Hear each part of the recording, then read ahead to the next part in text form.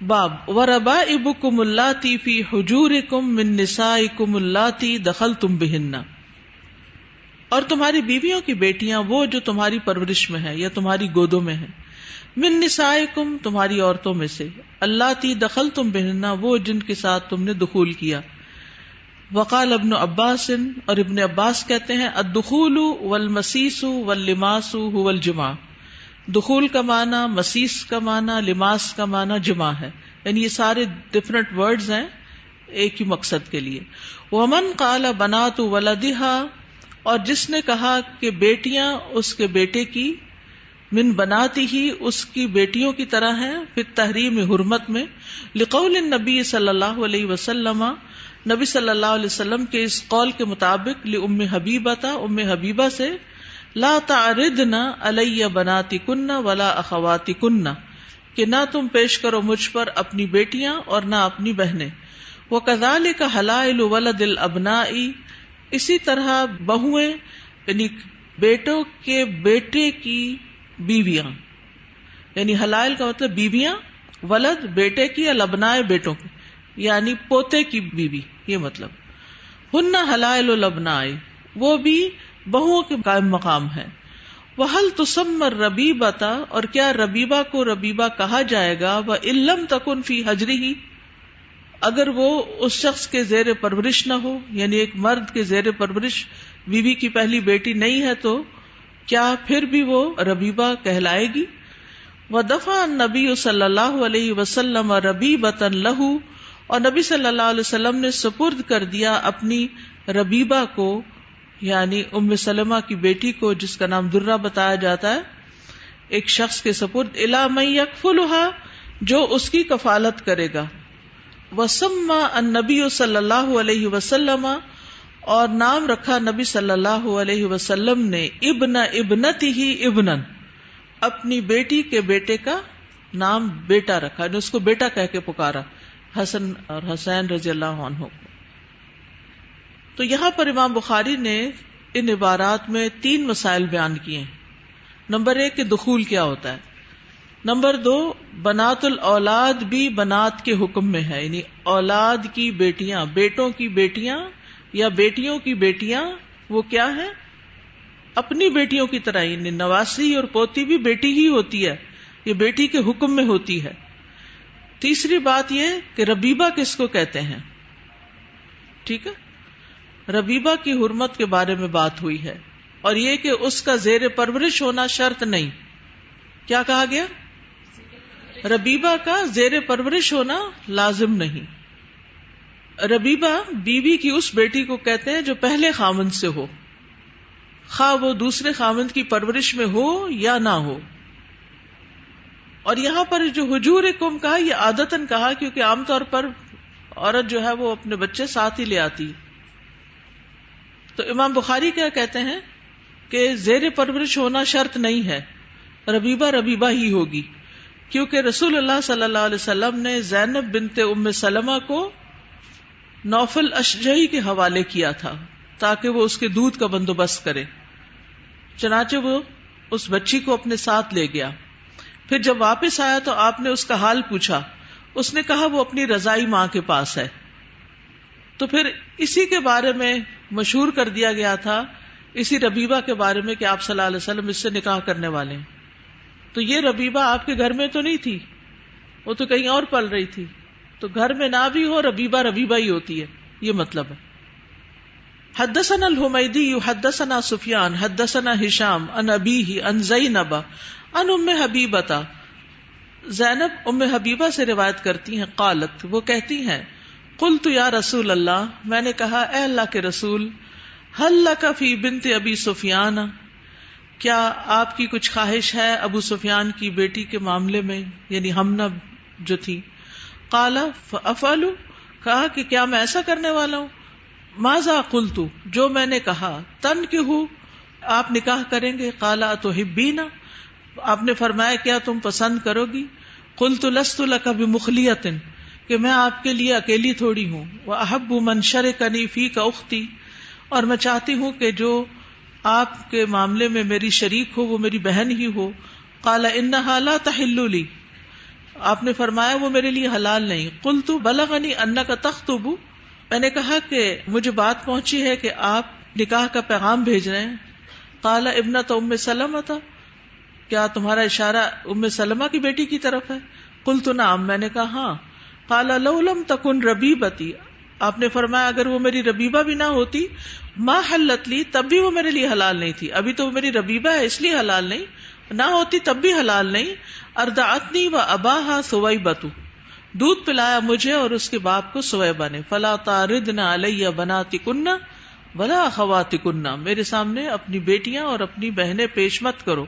وقال اللیث حدثنا ہشام درۃ بنت ابی سلمہ، اور ہشام کہتے ہیں کہ ابو سلمہ کی بیٹی کا نام درہ تھا. تو ربیبہ سے نکاح کی حرمت کی بات ثابت ہو رہی ہے اس حدیث سے. کہا جاتا ہے کہ مدینہ میں منافقین کے پروپیگنڈے سے یہ بات مشہور ہو چکی تھی کہ رسول اللہ صلی اللہ علیہ وسلم ابو سلمہ کی بیٹی سے نکاح کرنا چاہتے ہیں. تو حبیبہ نے جب یہ بات سنی، اس پروپیگنڈے سے متاثر ہوئی، تو اس سے متاثر ہو کے یہ بات آپ صلی اللہ علیہ وسلم سے کہی کہ آپ ابو سلمہ کی بیٹی سے نکاح کرنا چاہتے ہیں.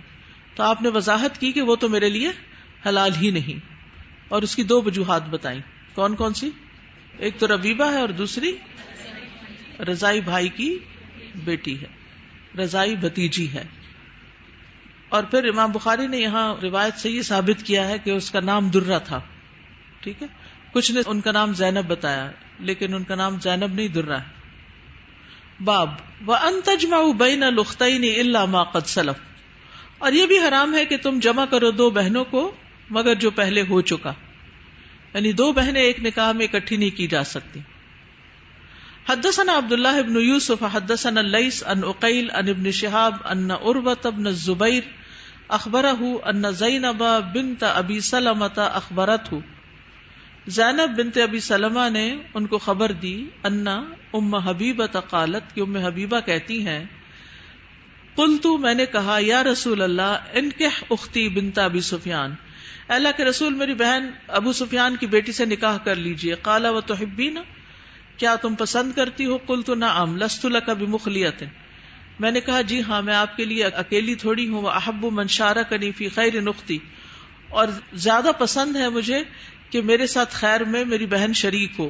فقال النبی صلی اللہ علیہ وسلم ان ذلک لا یحل لی، آپ نے فرمایا کہ یہ میرے لیے حلال نہیں. قلت یا رسول اللہ، میں نے کہا اللہ کے رسول فواللہ انا لنتحدث، اللہ کے رسول اللہ کی قسم بے شک ہم بات کر رہے تھے، انک ترید ان تنکح درۃ بنت ابی سلمہ، کہ آپ نکاح کرنے والے ہیں درہ سے جو ابو سلمہ کی بیٹی ہیں. قال بنت ام سلمہ، آپ نے پوچھا ام سلمہ کی بیٹی؟ فقلت نعم، میں نے کہا جی ہاں.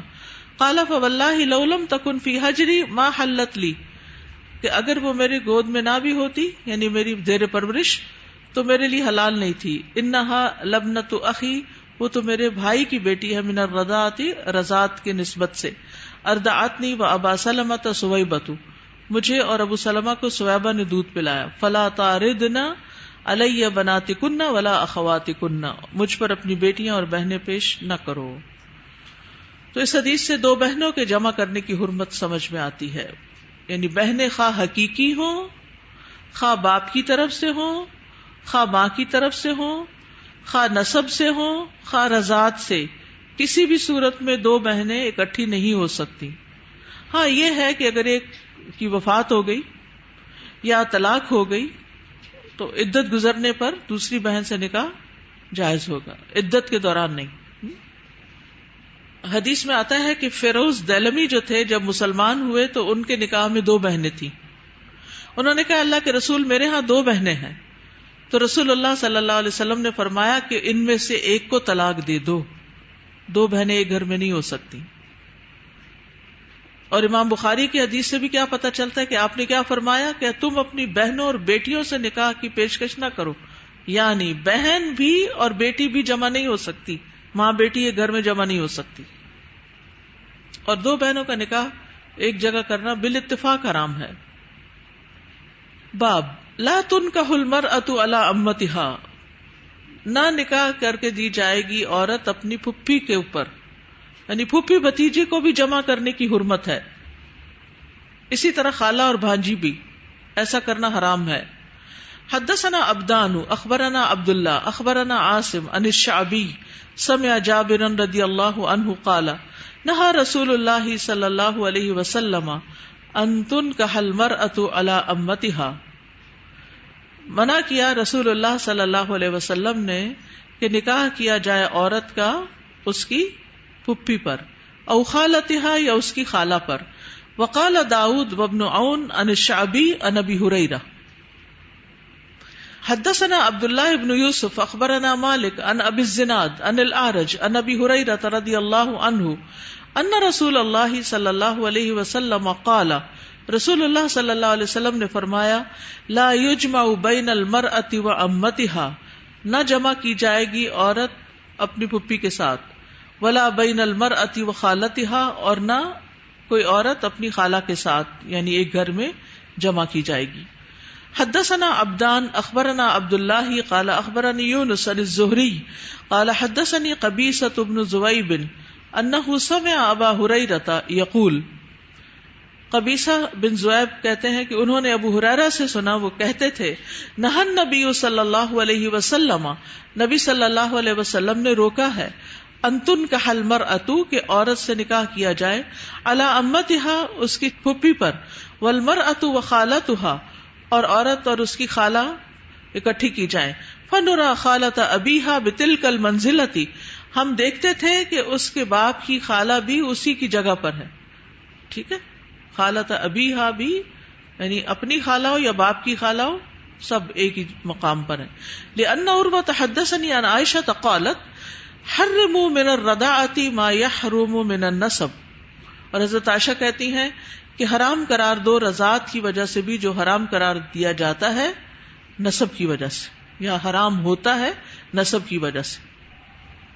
تو پھپھی کے لفظ میں باپ کی بہن، دادا کی بہن، نانا کی بہن، ان کے باپ کی بہن یعنی پڑنانا وغیرہ کی بہن، اسی طرح خالہ کے لفظ میں امی کی بہن، نانی کی بہن، نانی کی والدہ، سب شامل ہیں، کیونکہ اس میں قطع رحمی ہے. ٹھیک ہے. ہاں، بیوی کے ماموں کی بیٹی، چچا کی بیٹی، پھپھی کی بیٹی سے نکاح کیا جا سکتا ہے. ٹھیک ہے، یعنی بیوی کی جو کزن ہے، چاہے ماموں، پھپھی، چچا سے ہو، اس سے ہو سکتا ہے. ابن حبان کی روایت میں وجہ بھی بیان کی گئی ہے کہ رسول اللہ صلی اللہ علیہ وسلم نے منع فرمایا کہ پھپھی اور خالہ کی موجودگی میں ان کی بھانجی اور بھتیجی سے نکاح کیا جائے. آپ نے فرمایا اگر تم ایسا کرو گے تو قطع رحمی کے مرتکب ہوگے. تو بیوی کے باپ کی خالہ کو بھی اسی درجے میں رکھا گیا کیونکہ یہ سب ایک طرح سے فروعات ہیں. باب الشغار، وٹے سٹے کا نکاح، یہ زیادہ آسان ہے سمجھنا. شغار کا بیان، بدلے میں نکاح کرنا، مشروط تبادلے سے نکاح کرنا. حدثنا عبداللہ ابن یوسف اخبرنا مالک عن نافع عن ابن عمر رضی اللہ عنہما ان رسول اللہ صلی اللہ علیہ وسلم نہا عن الشغار، نبی صلی اللہ علیہ وسلم نے شغار سے روکا. والشغار، اور شغار کیا ہوتا ہے؟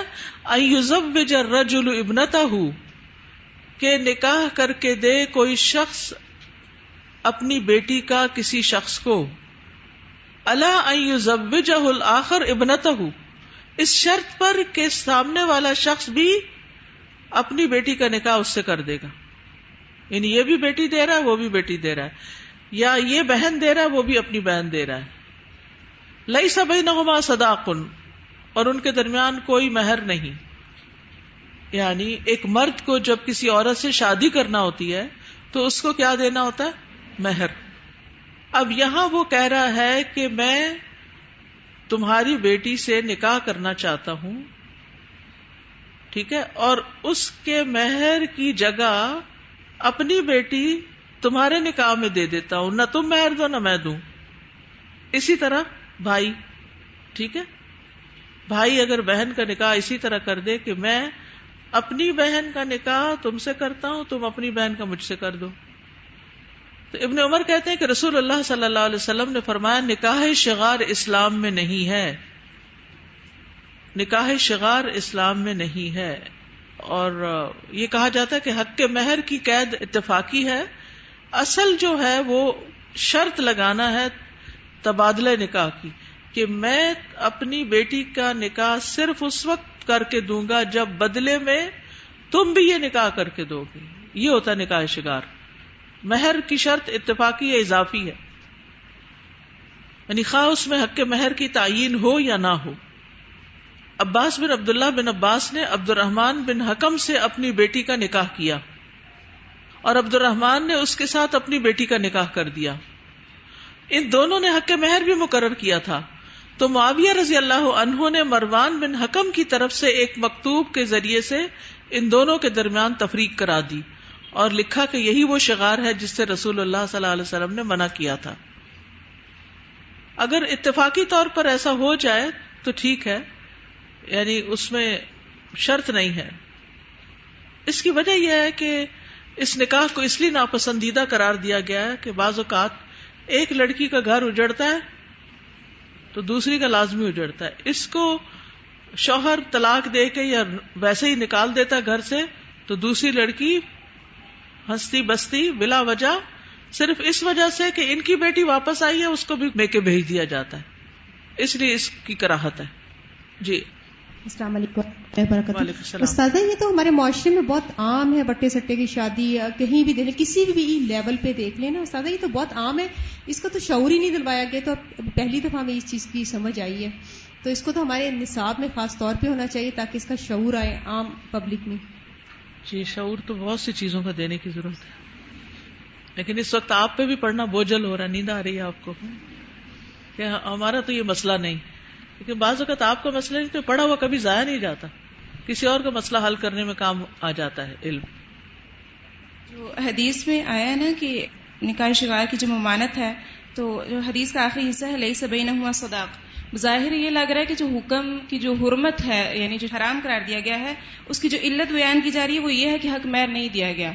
تو یعنی اگر علت بیچ میں سے نکل گئی، اگر حق مہر دے دیا گیا تو کیا وہ حرمت اپنی جگہ پہ باقی رہے گی؟ امام بخاری نے دوسری جگہ یہ بات کی ہے کہ یہ اتفاقی ہے، کیونکہ امام شافعی کے بارے میں آتا ہے نا کہ وہ اس کے قائل تھے کہ اگر حق مہر دے دیا تو. کوفہ کے ائمہ بھی کہتے ہیں کہ اگر مہر مثل دے دیا جائے تو پھر ہو سکتا ہے، لیکن یہاں پر جو حدیث کی روح سے بتایا جا رہا ہے کہ یہ درست نہیں ہے، ایسا نہیں کرنا چاہیے. سازا یہ جو شغار کی بات ہو رہی ہے، کم از کم پنجاب کے دیہاتوں میں تو یہ بہت ہی زیادہ کامن ہے. وہ بلکہ شادیاں ہی اس طرح ہو رہی ہیں. جی بالکل، کانسیپٹ ہی ہے یہ. کانسیپٹ ہی. وہ ایک خاتون مجھے ملی تو کہتی ہیں کہ بڑے افسوس ہے کہ میری بیٹی کوئی نہیں، صرف بیٹے ہی بیٹے ہیں. تو میں کہا آپ شکر کریں اللہ نے نعمت دی ہے کہ نہیں پھر میرے بیٹوں کی شادی کیسے ہوگی کہ میری تو بیٹی نہیں ہے. تو جب تک میں اپنی بیٹی کسی کو نہیں دوں گی تو کوئی میرے بیٹوں کو کیسے بیٹی دے گا. تو آپ دعا کریں کہ میری بیٹی ہو. وہ آمنے سامنے کرتے ہیں. جی مطلب وہ ہو ہی نہیں. اور مسائل بھی اس سے اتنے ہیں لیکن پھر بھی سبق نہیں سیکھتے. استاذہ میں نے خود دیکھا تھا، ایک دفعہ ہم گاؤں گئے تھے تو بیچاری وہ لڑکی سی تھی، اس کی ساس اندر کام کرتی تھی، وہ چھوٹی سی عمر کی بیائی اور چھوٹی سی اس کی بچی گود میں. استاذہ دھکے مار مار کے اس کی ساس اس کو نکال رہی، اس کی بچی لٹرلی چھین رہی اور اس کو نکال رہی، اور بس کہتی ہے کہ دوسرا گھر خراب ہوتا تو ہو جائے تو میں نہیں چھوڑنا، یعنی میری بیٹی بے شک خراب ہو جائے لیکن تم کو بھی یہ گھر چھوڑنا. تو یعنی دونوں گھر ایٹ اے ٹائم خراب ہو رہے تھے، اور اس بیچاری کی بیٹی بھی اسے چھین رہی تھی بہو سے. تو اتنے مسلینیس پرابلمز ہیں جو اللہ تعالیٰ نے روکا ہے نا، اس میں بڑی حکمت. باب هل للمرأة ان تهب نفسها لأحد، باب کیا کسی عورت کے لیے جائز ہے کہ وہ اپنا آپ کسی مرد کے حوالے کر دے، یعنی ہبہ کر دے.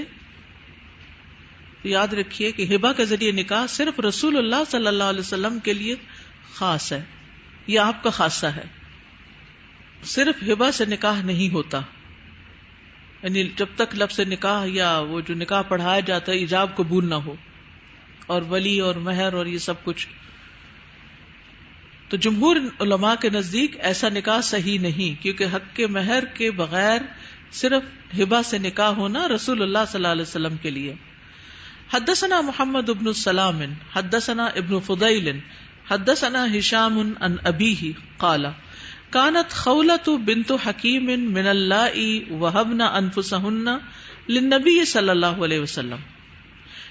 ہشام بن عروہ اپنے والد عروہ سے روایت کرتے ہیں کہ خولہ بنت حکیم ان عورتوں میں سے تھی جنہوں نے اپنا آپ نبی صلی اللہ علیہ وسلم کے لیے ہبہ کیا.